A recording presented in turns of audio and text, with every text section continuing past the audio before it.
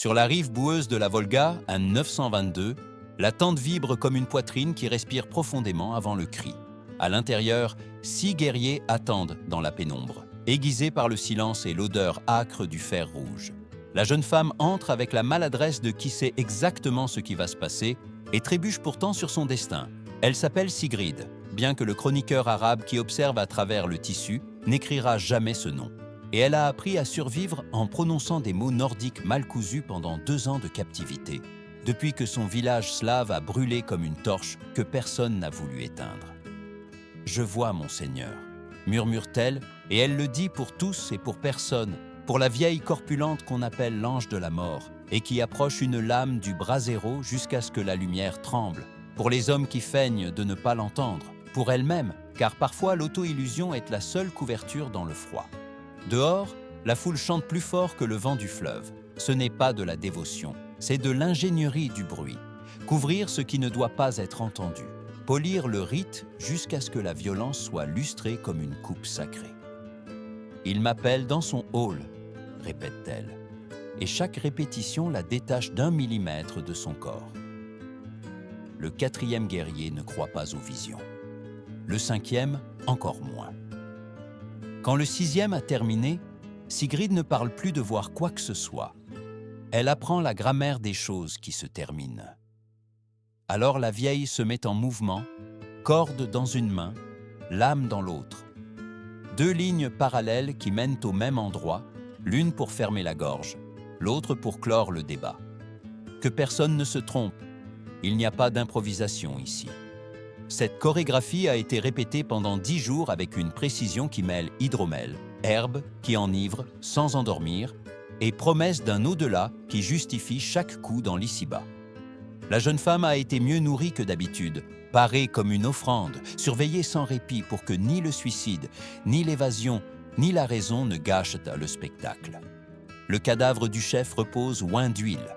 Les chevaux hennissent attachés au mât du navire.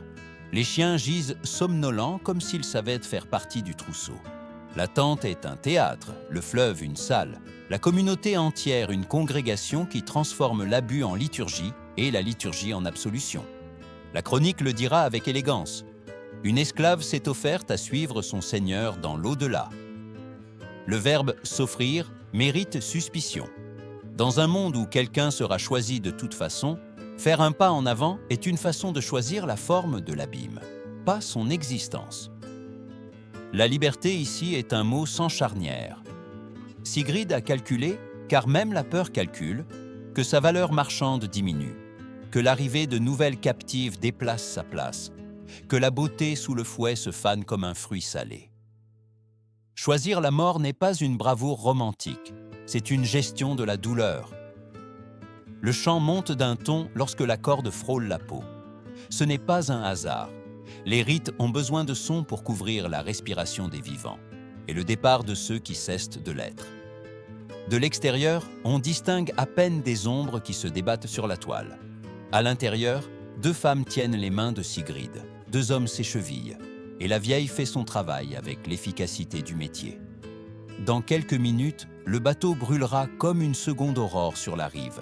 Les flèches incendiaires dessineront de fausses constellations et la fumée emportera un mort illustre et une jeune femme sans nom vers un ciel qui ne négocie pas. Le public célébrera le glorieux départ du chef et personne ne dira à voix haute que son honneur est un masque posé sur l'horreur de tous. Mais cette scène, aussi exceptionnelle qu'elle puisse paraître, est la pièce visible d'une architecture plus vaste, transformer les corps féminins en rouages de l'économie, de la religion et de la politique.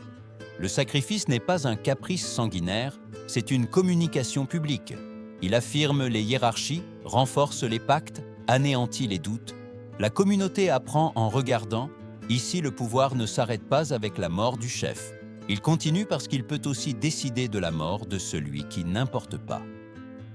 La tente enseigne une théologie de la domination où l'au-delà légitime l'ici-bas, où la foi ne console pas, mais organise. Combien de Sigrid y a-t-il eu sur les fleuves du Nord, sur les plages des fjords, dans les lagunes de Suède? Combien furent fumés sans épitaphe pour qu'une lignée affirme son invulnérabilité? Le chroniqueur notera ce qui est supportable, insinuera l'indicible et poursuivra son voyage. Nous, regardant en arrière, sommes tentés de penser qu'il s'agit d'une légende noire, d'un excès narratif. Cependant, les témoignages croisés, les tombes avec de multiples corps féminins, les traces de feu sur les bois funéraires et les silences calculés dans les sagas composent une mosaïque plus tenace que toute négation. Si nous admirons les dracars, nous devons savoir ce qu'ils transportaient sous les planches. Si nous célébrons l'audace des routes, nous devons compter les corps qui ont transformé cette audace en richesse. La question, inconfortable et nécessaire, reste tendue comme la corde dans la main de la vieille. La foi est-elle suffisante pour justifier la cruauté, ou la foi est-elle, trop souvent, le vernis qui permet à la cruauté de fonctionner sans remords? Sigrid respire pour la dernière fois comme qui boit de l'eau après une longue sécheresse. Le fil descend, la corde monte, la fumée apprend son nom pour le défaire. Et la Volga, indifférente, poursuit son cours, comme toujours ont poursuivi les fleuves qui apprennent trop de secrets. Le 8 juin de l'an 793, les cloches du monastère de Lindisfarne s'étaient tues plutôt que prévu. 1 heure auparavant, sœur Aldred copiait des manuscrits dans le scriptorium, illuminant des lettres dorées comme des fenêtres vers l'Éternel. 1 heure après, elle se trouvait enfoncée dans la pénombre d'un grenier, respirant une poussière qui râpait les poumons, tandis que des voix nordiques s'approchaient comme un coup de tonnerre imprévu. À travers les fentes du bois, elle vit l'impossible. Des hommes armés, aux yeux de glace et à la barbe de sel, classifiant les personnes comme on classe des animaux. Elle vit son ami Bridge être traîné par les cheveux vers la plage, où les bateaux attendaient comme des bouches ouvertes. Les cheveux cuivrés qui brillaient lors des prières matinales étaient soudainement devenus une malédiction. La beauté, qui avait un jour été une offrande à Dieu, était maintenant un prix sur le marché de l'enfer. Le grain craqua à côté d'elle. Une main pénétra dans la pénombre, rugueuse, dure, implacable. On la tira de là comme on sort un sac. L'homme avait des yeux bleus, une odeur de fer et de sel, et aucune compassion. Il dit quelque chose dans sa langue, un son incompréhensible qui n'avait pas besoin de traduction. La vie qu'elle connaissait était terminée. À 14 ans à peine, après 12 d'entre eux dédiés au Christ, Aldred allait découvrir ce que les Vikings faisaient des femmes qu'ils capturaient. Le voyage par mer transforma la foi en silence. 40 femmes enchaînées dans un espace prévu pour 20. Les corps serrés comme des planches humides. 2 jours sans nourriture. De l'eau seulement quand les vagues frappèrent le pont et laissèrent des gouttes salées que les captives léchaient au même endroit que des générations d'esclaves avaient léché auparavant. Chaque goutte avait le goût du désespoir. Il n'y avait pas de différence entre sueur, larmes et mer. Le bateau n'était pas un navire, mais un tombeau flottant. Bientôt, Aldred apprit à déchiffrer le langage secret des visites. Il n'était pas nécessaire de comprendre les mots. Il suffisait de reconnaître les pas, le rythme du silence, la façon dont les hommes descendaient à la cale. Parfois, ils venaient pour une violence directe. D'autres fois, ils observaient simplement comme on évalue du bétail avant la foire. Rien n'était le fruit du hasard. Chaque femme était mesurée, préparée, évaluée. Le voyage de Lindisfarne à la Norvège dura 11 jours, mais pour Aldred, ce fut une éternité. 2 de ses compagnes moururent dans l'obscurité. Les corps furent jetés à la mer sans psaume ni croix, dévorés par l'eau comme s'ils n'avaient jamais existé. Le 5e jour, les prières d'Aldred cessèrent de résonner. Dieu semblait être resté dans les pages qu'elle avait copiées, lointain, étranger, inaccessible. Le bateau était un purgatoire sans issue, un utérus qui ne donnait pas la vie, mais l'esclavage. À l'arrivée, la classification commença. Le chef choisit le premier, les autres par ordre de réputation et de cruauté au combat. Bridge fut destiné au hall du chef. Aldred finit entre les mains d'un fermier nommé Gunnar, destiné aux champs et aux pierres, à moudre du grain jusqu'à ce que ses mains se tordent comme des racines sèches. Ce qu'Aldred ignorait, c'est que le sort de son ami était encore pire. 3 mois dans le hall du chef avant d'être vendu à un marchand de l'Est. Ensuite, le silence. Ni lettres, ni nouvelles, seulement des rumeurs dans les réseaux clandestins que les femmes esclaves tissaient comme unique refuge. des chaînes invisibles de voix qui transportaient à la fois espoir et horreur. Bridge, magnifique, avait disparu dans un labyrinthe de marchés qui s'étendait de l'Islande à Constantinople. La beauté en captivité n'était pas un privilège, c'était une condamnation sans fin.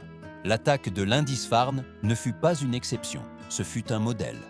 Pendant 3 siècles, chaque aube put apporter des bateaux avec des dragons sculptés à la proue, héros d'un destin pire que la mort.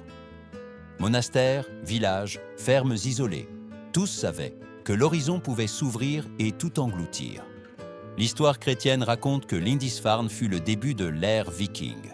Mais vu depuis les entrailles des femmes, ce fut le début d'une architecture de la souffrance féminine, conçue avec une précision que ni les chroniqueurs arabes, ni les moines européens, ni les historiens byzantins ne purent n'y chigner. Et ici surgit une question qui nous brûle encore aujourd'hui. Comment l'Europe, fondée sur la foi et la croix, a-t-elle pu supporter pendant des siècles un système qui transformait ses filles en marchandises? Quelle valeur a la prière quand la fumée des bûchers sacrés se mélange à la fumée des villages incendiés? La contradiction reste ouverte. Pendant que les moines copiaient des évangiles d'espoir, leurs sœurs étaient arrachées des cloîtres et transformées en propriétés. Peut-être la vraie hérésie n'a pas été de prier des dieux païens, mais de permettre que la vie de milliers de femmes soit réduite au prix d'un sac de grains ou d'une poignée d'argent. Sœur Aldred respirait la poussière dans cet entrepôt. La main qui l'en a sorti n'a été que le début d'une chaîne qui se répéterait pendant des siècles. Ce qui fut perdu à Lindisfarne, ce ne furent pas seulement des manuscrits ni des calices sacrés. Ce fut l'innocence de croire que le monastère était un refuge. À partir de ce jour, même les murs de Dieu furent vulnérables. Et quand même les murs du divin tombent, où une femme peut-elle se cacher? Le matin suivant une incursion dans un village franc, le chef Ragnar Ironhand marcha lentement parmi 200 femmes agenouillées dans la boue. Leurs maisons fumaient encore au loin, leurs enfants avaient été dispersés, leurs maris et pères gisaient morts. Les guerriers avaient disposé les captives en rangées ordonnées, par âge, par force apparente, par ce que leur corps pouvait offrir. Ragnar tenait un bâton avec lequel il soulevait les mentons, tournait les têtes vers la lumière et examinait les mains comme s'il s'agissait d'outils sur un marché. Ce n'était pas une brutalité aveugle, c'était un processus chirurgical, appris après des dizaines de campagnes. Ainsi, il les divisa en 3 groupes. Le premier, celui des travailleuses, comprenait les femmes plus âgées, aux mains calleuses et aux larges épaules. Elles étaient considérées comme des machines de travail, moudre du grain, porter de l'eau, labourer les champs jusqu'à ce que le corps se brise. Le deuxième groupe, celui des reproductrices, regroupait les jeunes femmes fortes en âge de procréer. Leur fonction serait de multiplier la propriété, des enfants conçus en captivité qui naîtraient donc déjà avec le sceau de l'esclavage. Le troisième groupe, celui des fins spéciales, était le plus réduit, mais le plus cruel. Il destinait les belles, les nobles, les trop jeunes. C'étaient des marchandises de luxe, des trophées à vendre sur les marchés les plus lointains, où l'exotisme se monnayait comme de l'or. 3 femmes illustrent la géométrie de la douleur. Marie, 30 ans et 4 enfants morts en défendant sa maison, fut envoyée dans le groupe des travailleuses. Sa robustesse la condamna à faire tourner des meules jour après jour, jusqu'à ce que ses doigts se déforment comme des racines sèches et que son dos se courbe pour toujours. 8 ans, elle survécut, jusqu'à ce que son corps cesse de répondre. Isabelle, 16 ans, fille d'un petit noble qui tenta de résister, fut placée dans le groupe des reproductrices. En moins d'1 an, elle accoucha de son premier enfant, un garçon qui ne connut jamais le nom de son père. Et avec le temps, elle en mit au monde 7 autres, tous arrachés dès qu'ils purent tenir un outil. Elle n'était pas mère, elle était une fabrique d'esclaves. Marguerite, 20 ans et d'une beauté que même la boue ne pouvait éteindre, fut mise à part comme marchandise de choix. On ne la fit pas travailler au champ, ni enfanter pour Ragnar.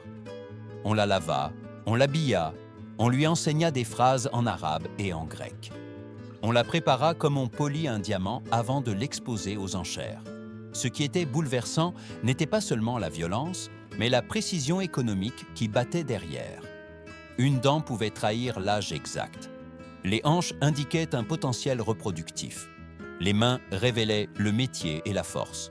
un simple détail comme savoir tisser triplait le prix. Savoir lire le latin transformait une femme en un bien d'exportation vers Byzance. Même la douleur était calculée comme un livre de comptabilité. Dans ce système, le corps féminin cessa d'être un être humain et se transforma en catégorie. Que signifie être travailleuse quand ce que l'on travaille est sa propre chair? Que signifie être reproductrice quand le fruit de ton ventre t'est arraché? Que signifie être spéciale quand l'ornement de ta beauté est, en réalité, ta condamnation? Chaque groupe était un miroir brisé qui renvoyait le reflet de la même vérité. Il n'y avait pas d'issue. Survivre n'était pas vivre, c'était prolonger l'esclavage à chaque respiration. Si le sacrifice de Sigrid sur la Volga revêtait la violence de sacralité, le marché de Ragnar la dénudait jusqu'à l'arithmétique. Un corps valait 12 marks, un autre 20, un autre à peine 4. Aucune larme ne modifiait le chiffre. La civilisation nordique avait transformé la douleur en chiffres, et ces chiffres alimentaient une machinerie d'expansion. Il est impossible de ne pas penser à l'écho qui résonnerait des siècles plus tard dans les plantations de l'Atlantique, où la vie humaine fut également tarifée en monnaie. La brutalité n'était pas un accident, c'était une industrie. Marie tournait des pierres, Isabelle enfantait des enfants. Marguerite apprenait des phrases pour plaire aux acheteurs étrangers. Et pendant ce temps, les chroniqueurs taisaient leurs noms. Elles étaient l'ombre sur laquelle se construisait le mythe des Vikings conquérants, explorateurs, navigateurs. Mais derrière chaque bateau partant pour l'Irlande ou l'Islande, il y avait des rangées de femmes classées comme du bétail. C'est ainsi que la légende fut construite et c'est ainsi que la vérité fut enterrée. Combien de Marie, combien d'Isabelle, combien de Marguerite y a-t-il eu durant les siècles de fer et de feu? Quelle histoire des Vikings sans l'écho de ces gorges qui n'ont jamais pu crier? Dublin, en 852. La ville qui se présente aujourd'hui comme une capitale européenne était alors un rouage sombre, le plus grand marché d'esclaves de l'Occident médiéval. Là, sur une plateforme en bois de 5 mètres de haut, une princesse nommée Orlette fut exposée nue devant des centaines d'acheteurs. Sa lignée royale, qui dans sa terre natale devait signifier protection et respect, devint un simple argument de vente. Le commissaire-priseur parlait en 4 langues distinctes, nordique, grec, arabe et latin vulgaire, s'assurant qu'aucun commerçant ne perde un détail. Il décrivait sa virginité, son éducation, sa noblesse, comme s'il s'agissait d'attributs d'un cheval de course. Le prix initial, 12 marques d'argent. En quelques minutes, les enchères firent démonter le chiffre à 24, payé finalement par un marchand spécialisé dans le transport de jeunes femmes vers Bagdad. Le voyage l'emmènerait par la Suède, descendrait les fleuves slaves et, si elle survivait, elle finirait dans un harem oriental transformé en exotisme vivant. À ses côtés, sur le même marché, une jeune Galloise nommée Branwyn avait été vendue 16 fois en à peine 2 ans. Chaque vente l'éloignait davantage de son foyer, de sa langue. Elle commença en Irlande, passa par la Norvège, puis par l'Islande. À chaque endroit, elle servait un certain temps, jusqu'à ce qu'on la revende comme si elle était une monnaie en circulation. La stratégie était claire, maintenir les femmes en mouvement, les empêcher de s'enraciner, d'établir des liens, de se souvenir qu'elles étaient humaines. Ainsi, la mémoire s'effaçait, ainsi l'obéissance se sculptait. Les marchés d'esclaves vikings n'étaient pas le chaos, c'était de l'administration. À Dublin ou Edeby, il existait des enclos capables de retenir 500 femmes à la fois. Il y avait des stations d'alimentation calculées pour maintenir le minimum de force vitale au coût le plus bas possible. Des registres écrits sur peau des d'agneaux étaient tenus, où étaient notés âge, ethnie, compétences.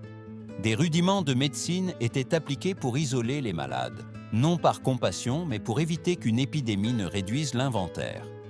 Le corps d'une esclave n'était pas une personne. C'était un actif qui devait être conservé jusqu'au moment de la vente. Le processus d'évaluation était brutal dans sa froideur. Une adolescente vierge pouvait coûter 20 marks. Si elle perdait cette condition, son prix tombait à 12. Une femme de 35 ans atteignait à peine 4 marks, à moins qu'elle ne sache tisser, auquel cas elle pouvait valoir le double.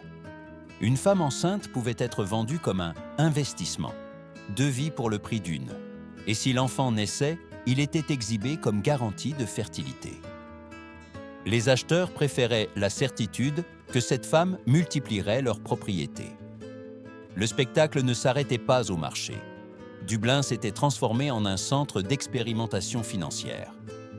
Il existait des formes rudimentaires de crédit.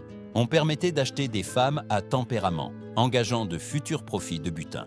Il y avait des assurances qui compensaient les pertes par naufrage. Des associations de marchands se formaient même pour diviser les risques et les bénéfices, préfigurant le système commercial qui, des siècles plus tard, financerait les expéditions atlantiques. L'esclavage féminin fut le laboratoire de l'économie médiévale. Mais tandis que les hommes discutaient chiffres, dans les étables sombres se passait l'innommable. Là, une femme picte accoucha sur la paille sale, avec plus de 60% de probabilité que son enfant meure avant sa première année. 3 jours de récupération, et puis de nouveau à la chaîne, comme si l'accouchement n'était qu'une brève interruption de sa condition de marchandise. Dans un autre coin, une noble franque tenta d'acheter sa liberté en offrant de l'or caché dans sa terre. Les marchands écoutèrent, envoyèrent des hommes récupérer le trésor et, une fois celui-ci en sécurité, la vendirent de toute façon. Le concept d'honneur ne s'appliquait pas à celle qui n'était pas considérée comme une personne. Les chroniqueurs arabes et byzantins furent impressionnés par l'échelle de cette industrie. Dublin rivalisait avec Rome en nombre de transactions. 3 bateaux arrivèrent par semaine en haute saison, chacun avec entre 30 et 60 captives. Le calcul est effrayant. Des milliers de femmes traitées chaque mois, des dizaines de milliers chaque année pendant des siècles. Le commerce le plus constant n'était pas celui des fourrures, ni du fer, ni du sel. C'était celui des corps. Ici, il convient de se demander, quand le corps devient monnaie, que reste-t-il de l'âme ? Comment une société pouvait-elle justifier que la beauté d'une jeune femme se transforme en condamnation, que la maternité soit utilisée comme preuve de valeur marchande, que la foi chrétienne qui prêchait la dignité humaine se tue devant les cris étouffés derrière les murs des étables ? L'histoire officielle se souvient des Vikings comme de navigateurs intrépides, de commerçants ingénieux, de guerriers indomptables. Mais le marché de Dublin nous montre une autre facette, celle d'une civilisation qui perfectionna l'esclavage féminin avec une efficacité qui se répéterait des siècles plus tard dans l'Atlantique. Chaque drakkar qui partait vers de nouvelles terres emportait en son sein non seulement des guerriers et des marchandises, mais aussi des chaînes, des cordes, des fers. L'expansion nordique fut financée par la fumée des villages et les larmes des femmes. Et tandis que la rivière Liffey reflétait les bûchers de la nuit, l'écho des chants vikings ne célébrait pas le commerce des biens, mais le triomphe d'un système où la dignité féminine était réduite en poussière sous le poids du calcul économique. L'or brillait, oui, mais derrière cet éclat, il y avait des ombres que l'histoire tenta d'oublier. En Irlande, vers l'an 970, un homme barbu monta sur un rocher à Thingvellir et commença à réciter à haute voix les lois de Graga, mémorisées comme des psaumes. Ce qu'il déclama n'était pas de la poésie, c'était une sentence. Le corps d'une femme trâle appartient entièrement à son maître, ses enfants aussi. Elle ne peut rien posséder, ne peut témoigner, ne peut exiger de compensation. Elle existe en dehors de la loi, sauf en tant que propriété. Ces mots n'étaient pas des métaphores. C'était l'architecture juridique d'une mort en vie. À des milliers de kilomètres, un moine pouvait copier des évangiles de rédemption. Mais en Islande, le droit écrit garantissait que les femmes asservies ne seraient jamais reconnues comme des personnes. L'histoire d'Assa le démontre avec brutalité. Elle avait été capturée en Irlande, apprit la langue nordique, enfanta 2 enfants et tissait avec une habileté exceptionnelle. Tout cela faisait d'elle un bien précieux. Un jour, Thorstein Barbe-Rouge, au milieu d'une dispute avec son voisin, brandit une hache et la frappa par accident. Assa mourut sur le coup. Dans tout autre contexte, cela aurait été un meurtre. Selon la loi viking, ce fut destruction de biens. L'indemnisation, 8 marks d'argent. Sa mort fut enregistrée avec la même froideur que la perte d'une brebis lors d'une tempête. Le droit ne se limitait pas à autoriser le domaine absolu du maître. Il le raffinait jusque dans ses absurdités. La coutume du cadeau matinal permettait aux hôtes de prêter leurs esclaves aux invités, comme s'il s'agissait de coupes d'hydromel. Refuser n'était pas possible, et tout enfant né de ces attentions appartenait automatiquement au propriétaire de la femme, non au père biologique. C'est ainsi que Ragnhild, lors d'un banquet au cours duquel 5 chefs négociaient des alliances, fut livrée à différents hommes chaque nuit. 9 mois après, elle donna naissance à un fils sans père défini, un enfant qui grandit sans nom propre, réduit à un pronom de propriété. Le système régulait même le handicap et la violence. Si une esclave était frappée par quelqu'un d'étranger au maître et restait estropiée, la compensation n'allait pas à elle, mais au propriétaire, qui voyait la valeur de son outil réduite. Gudrun, après avoir été brutalement attaqué par un marchand de passage, ne travailla plus jamais de la même manière. Le commerçant paya 3 marks au maître pour la perte de productivité. Pour Gudrun, il n'y a eu que la prolongation de la douleur dans un corps brisé. Les lois établissaient également un piège presque cruel. Si une esclave enfantait 3 enfants qui survivaient jusqu'à l'âge adulte, elle pouvait aspirer à la liberté. Mais c'était une promesse impossible. La mortalité infantile dépassait les 50%. Les femmes mouraient lors d'accouchements successifs, affaiblies par des travaux exténuants. Et même si tout était accompli, la liberté dépendait de la volonté du maître, qui pouvait révoquer sa parole. Sur des milliers de registres, à peine une douzaine de femmes obtinrent cette manumission. Pour la plupart, ce fut un mirage qui les poussa à multiplier des enfants qui seraient, à leur tour, esclaves. Derrière ces paragraphes légaux se cachait un principe perturbant: transformer l'abus en routine, effacer l'humanité de la victime, jusqu'à ce que la violence paraisse une simple transaction économique. La loi non seulement justifiait, mais perfectionnait la cruauté. Elle créait une réalité où les femmes n'étaient pas des sujets, mais des objets animés, des outils qui respiraient. Une société entière construisait sa stabilité sur l'annulation de la moitié de l'espèce. Ici, la réflexion est inévitable. Quand le droit devient un outil de domination, qui protège-t-il réellement? Pas la communauté, pas la morale, pas la justice. Il protège uniquement ceux qui possèdent le pouvoir. Et qu'advient-il de la mémoire de ceux qui restèrent en dehors de la loi? Elle se dissout, s'évapore comme la fumée d'un bûcher. Assa, Gudrun, Ragnhild, leurs noms survivent à peine dans des récits qui les réduisent à des notes de bas de page. Mais derrière chaque note, il y eut une vie, avec des rêves, avec des chansons, avec des langues que l'histoire a choisi de taire. Brianna avait 17 ans quand son monde s'effondra. Fille d'une lignée irlandaise destinée à sceller des alliances politiques, elle se préparait à un mariage qui unirait des royaumes contre l'expansion nordique. En 3 jours, elle passa de la broderie de son trousseau de mariage à la robe de mariée de sa mère morte, encore imprégnée d'odeurs de fumée et de sang. Son nouveau mari était l'assassin de son père, Jarl Eric, qui avait séparé la tête du vieil homme de ses propres mains. Le mariage fut célébré dans la même salle où les murs conservaient encore des taches du combat. Les guerriers firent des paris sur le temps que la jeune femme mettrait à cesser de résister. Certains dirent une semaine, les plus expérimentés, des années. Mais tous savaient que, tôt ou tard, la volonté se briserait. Ce modèle se répéta en Écosse, où la fille d'un Mormaer fut forcée d'épouser l'homme qui avait étranglé son père.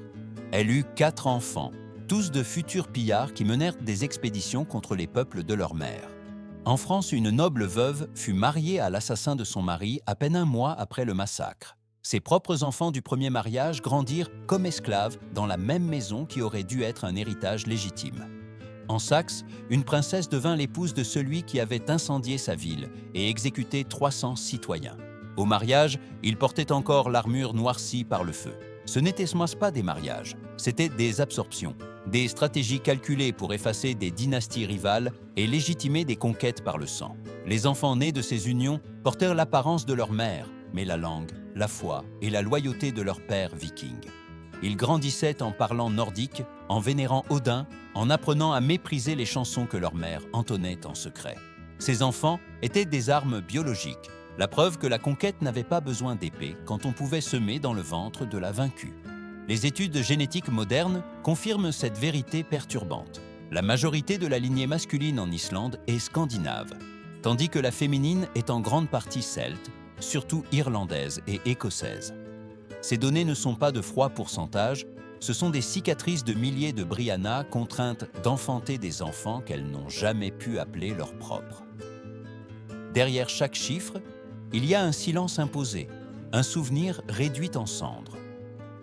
Certaines femmes tentèrent de résister à leur manière. Elles enseignaient à leurs enfants des histoires de leur peuple déguisées en contes nordiques. elles préservaient des généalogies dans des chansons qui semblaient innocentes.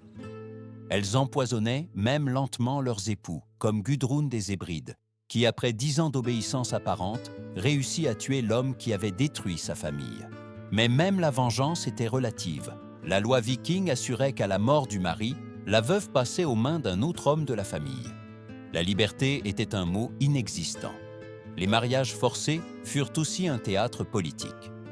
Quand Brianna s'asseyait à la table d'Éric, entourée des mêmes hommes qui avaient massacré sa famille, elle devenait une otage vivante. Sa souffrance était une garantie d'obéissance pour les serviteurs, qui savaient que toute tentative de rébellion retomberait sur elle.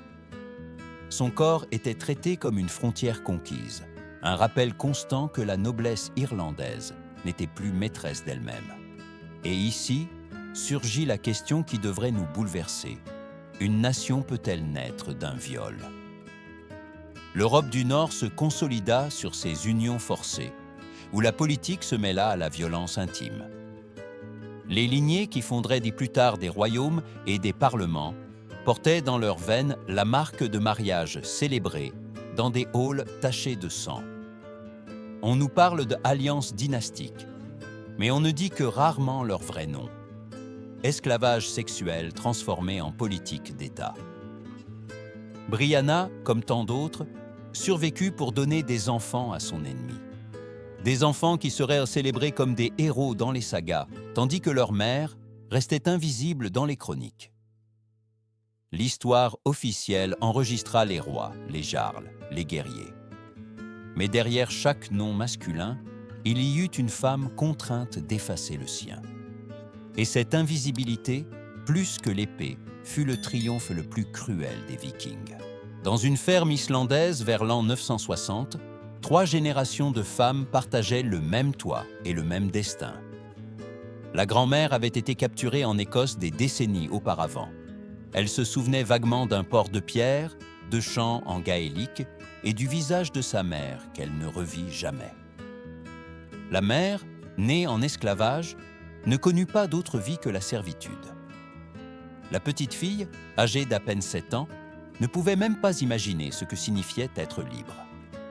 Pour elle, l'esclavage n'était pas une condition mais une identité. Elle était Thrall comme on est brune ou grande, un trait immuable. La grand-mère s'accrochait aux souvenirs de sa jeunesse comme à des braises cachées. Ces histoires parlaient de paysages verts, de liberté, de fêtes en été. Elle les racontait en secret, comme des contes de fées. Pour la petite fille, elles sonnaient irréelles, légendes d'un monde inexistant. La mère occupait une place intermédiaire. Elle avait grandi en écoutant ces récits, mais ne les avait jamais vécus. Elle savait ce qu'elle avait perdu, mais ne pouvait l'enseigner. À ses enfants, elle ne pouvait léguer que des stratégies de survie. Comment éviter les punitions ? Comment doser la force pour résister aux longues journées? Comment simuler l'obéissance pour obtenir de petites concessions? La psychologie de la captivité se transmettait comme un héritage invisible. La peur devenait une habitude. L'hypervigilance empêchait de dormir profondément. La dissociation, ce mécanisme par lequel l'esprit se sépare du corps pendant la violence, devenait une coutume jusqu'à produire une sorte d'anesthésie émotionnelle. Les enfants grandissaient en voyant cela comme normal. Ils savaient que les larmes ne changeaient rien, que le silence était la seule forme de protection. Astrid, une enfant de 7 ans, découvrit ce que signifiait être une propriété lorsqu'elle tenta de jouer avec la fille du forgeron libre. La petite la rejeta avec une insulte apprise des adultes. « Sale gosse d'esclave !» Astrid courut pleurer derrière la grange. Ce fut alors que sa mère fut obligée de dire à voix basse la vérité qui ne devrait jamais être dite à un enfant. « Nous ne sommes pas des personnes, nous sommes des choses. » Cette phrase, simple et dévastatrice, marqua l'enfant comme un fer rouge. Son futur était scellé avant même sa naissance, car l'esclavage était héréditaire, transmis par le sang maternel comme une malédiction impossible à briser. Les conséquences s'étendaient au-delà du visible. La faim chronique pendant les grossesses laissait des traces sur le corps des enfants. Petite taille, os fragiles, susceptibilité aux maladies. Le travail répétitif déformait les mains et les dos, générant des douleurs qui s'accumulaient. génération après génération. L'esclavage ne volait pas seulement la liberté. Il sculptait des corps plus faibles, plus vulnérables, créant une lignée marquée par la douleur. Certains tentaient de résister à leur manière. Les mères enseignaient des chansons dans des langues interdites, préservant un écho d'identité. En cachette, elles transmettaient des prières chrétiennes déguisées en berceuses. La langue, devenue murmure, était le dernier refuge de ce qui avait été. Cependant, la plupart des enfants finissaient par parler uniquement nordique, adorant des dieux qui n'étaient pas les leurs, grandissant dans des foyers où la violence était la normalité. L'héritage culturel se diluait comme de l'encre dans l'eau. L'esclavage viking fut, en essence, une ingénierie psychologique. Il ne se contentait pas de dominer le corps, il cherchait à briser l'esprit, à effacer la mémoire, à transformer des êtres humains en objets qui acceptaient leurs conditions. Et le plus inquiétant est que, dans de nombreux cas, il y parvenait. Quand une enfant grandissait en croyant que son destin était inévitable, le système avait triomphé. Ici, la question fait encore mal. Que reste-t-il de la dignité humaine quand l'esprit lui-même commence à oublier qu'il a un jour existé la liberté? Comment guérir des cicatrices invisibles qui se transmettent de mère en fille pendant des siècles? Les archéologues peuvent déterrer des os déformés, les généticiens peuvent tracer des lignées mélangées, mais le traumatisme psychologique, celui qui se transmet comme un écho dans les cauchemars, ne pourra jamais être entièrement mesuré. L'histoire officielle parle de sagas glorieuses, de héros et de conquêtes. Mais dans l'arrière-boutique, dans des fermes comme celle-là, se déroulait une autre saga, celle de femmes et de filles qui apprenaient à accepter l'esclavage comme seule réalité possible. Une saga sans barde, sans poésie, écrite uniquement en cicatrices et en silence. La résistance des esclaves vikings pouvait rarement s'écrire avec des victoires, mais bien avec des gestes qui ébranlaient même leurs bourreaux. L'une des histoires les plus redoutées fut celle de Deirdre, une Irlandaise capturée dans sa jeunesse et forcée de préparer de l'hydromel dans le hall de Hookon. Pendant 3 ans, elle ramassa des champignons vénéneux dans les forêts voisines, les séchant et les réduisant en poudre. Elle attendit le moment propice, la célébration d'une victoire navale. Cette nuit-là, 12 guerriers burent jusqu'à l'aube et 12 corps restèrent tordus sur le sol, de l'écume aux lèvres. Quand on la captura, elle ne tenta pas de fuir. Elle demanda seulement « Tous morts ?» et en entendant que oui, elle sourit. Ce sourire, dit-on, pesait plus que l'exécution sur la roue qu'on lui infligea pendant 3 jours. D'autres choisirent des chemins également brutaux. Ruza, une slave au visage serein, devint concubine de 5 chefs différents. Chacun mourut égorgé dans son lit, toujours confiant, toujours désarmé. Les chroniqueurs nordiques écrivirent à Ossurelle avec un mélange d'horreur et de fascination, l'appelant la louve silencieuse. Le prix qu'elle paya fut sa propre vie, mais son nom survécut plus que celui de beaucoup de ses maîtres. Il y eut aussi des rébellions collectives. Au marché de Hedeby, un groupe de 20 femmes accumula de l'huile de lampe pendant des mois. Une nuit venteuse, elles incendièrent 6 points de l'enceinte au même moment. Le feu dévora étables, huttes et enclos. 17 moururent dans les flammes qu'elles avaient elles-mêmes allumées, préférant la fumée et la douleur immédiate à continuer d'être vendues. Les 3 qui survécurent furent exécutés publiquement. Mais le souvenir du feu sema la peur parmi les marchands qui jusque-là avaient cru le système invulnérable. Autres formes de résistance furent plus silencieuses, mais non moins puissantes. Certaines mères, en donnant naissance, optèrent pour étouffer leur nouveau-né en secret, convaincues que la mort était plus miséricordieuse qu'une vie de chaîne. Les Nordiques appelaient ces actes « destruction de biens », mais en réalité, c'étaient nées des déclarations désespérées d'amour maternel. Certaines femmes défiguraient leur visage pour perdre de la valeur sur le marché, d'autres avaient recours au jeûne extrême jusqu'à réduire leur corps à un spectre, refusant d'être utiles. La foi devint aussi une arme. Les esclaves chrétiennes s'accrochaient à des prières répétées jusqu'à la transe, provoquant des états de catatonie qui les rendaient inutilisables. Pour les maîtres, c'était de la frustration. Pour elles, c'était l'ultime refuge. Dans ce dédoublement spirituel, elles trouvaient la seule liberté possible, celle de disparaître à l'intérieur. Le prix de la résistance fut toujours très élevé.